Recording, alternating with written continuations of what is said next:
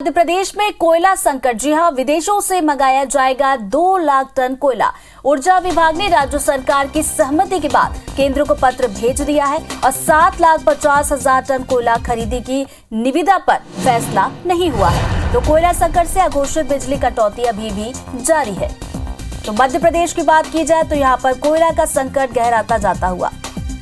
शकील हमारे साथ phone line पर जुड़ गए। शकील, पत्र तो लिख दिया गया है, अब आगे क्या कुछ कार्रवाई? देखिए, निश्चित तौर पर मध्य प्रदेश में जिस प्रकार से कोयला संकट अभी फिलहाल दिखाई दे रहा है, उसी के चलते बिजली कटौती, अघोषित बिजली कटौती का भी दौर जारी है और सरकार जो है इस कोयला संकट से निपटने के लिए नए निर्णय ले रही है। तो हाल ही में जो निर्णय लिया गया है उसमें विदेशों से कोयला मंगाने की बात कही गई है।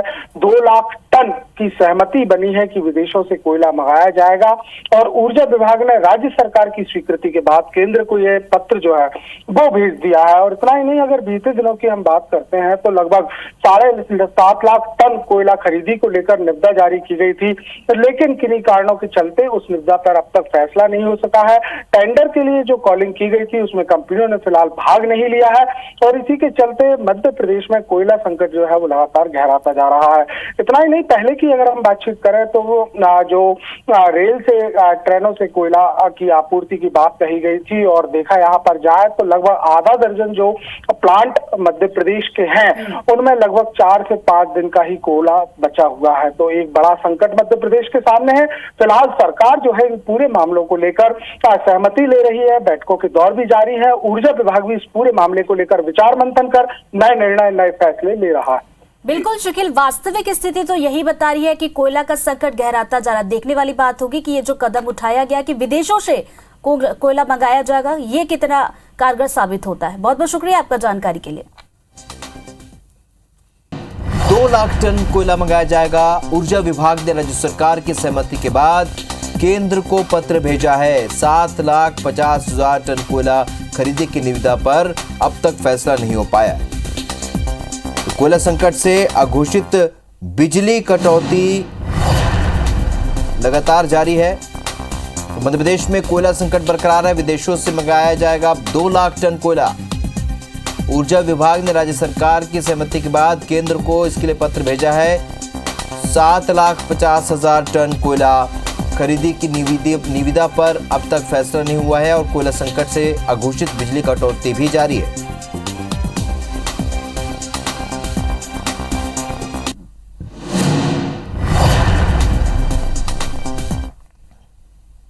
नवीन सिंह हमारे सहयोगी इस खबर पर सीधे इस वक्त हमारे साथ लाइव भोपाल से जुड़ रहे हैं।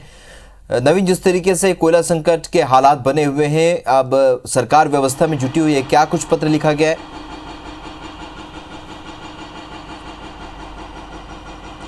देखिए, मध्य प्रदेश 2 लाख टन कोयला विदेशों से आयात करेगा। इसके लिए सहमति पत्र मध्य प्रदेश की सरकार ने भेज दिया। ऊर्जा विभाग ने कोल इंडिया को अपना सहमति पत्र भेज दिया है। अब कोल इंडिया विदेशों से कोयला खरीदेगा और 2 लाख टन कोयले की आपूर्ति मध्य प्रदेश के लिए करेगा। पिछले दिनों हमने देखा, पिछले जो पूरा गर्मी का सीज़न रहा, इसमें कोयले का संकट था और कोयले के संकट की वजह से पावर का प्रोडक्शन नहीं हो पाया और पूरे मध्य प्रदेश में पावर कट के हालात बने रहे। ग्रामीण इलाकों में 8 से 10 घंटे का पावर कट हुआ और शहरी क्षेत्रों में भी मेंटेनेंस के नाम पर पावर कट होता रहा।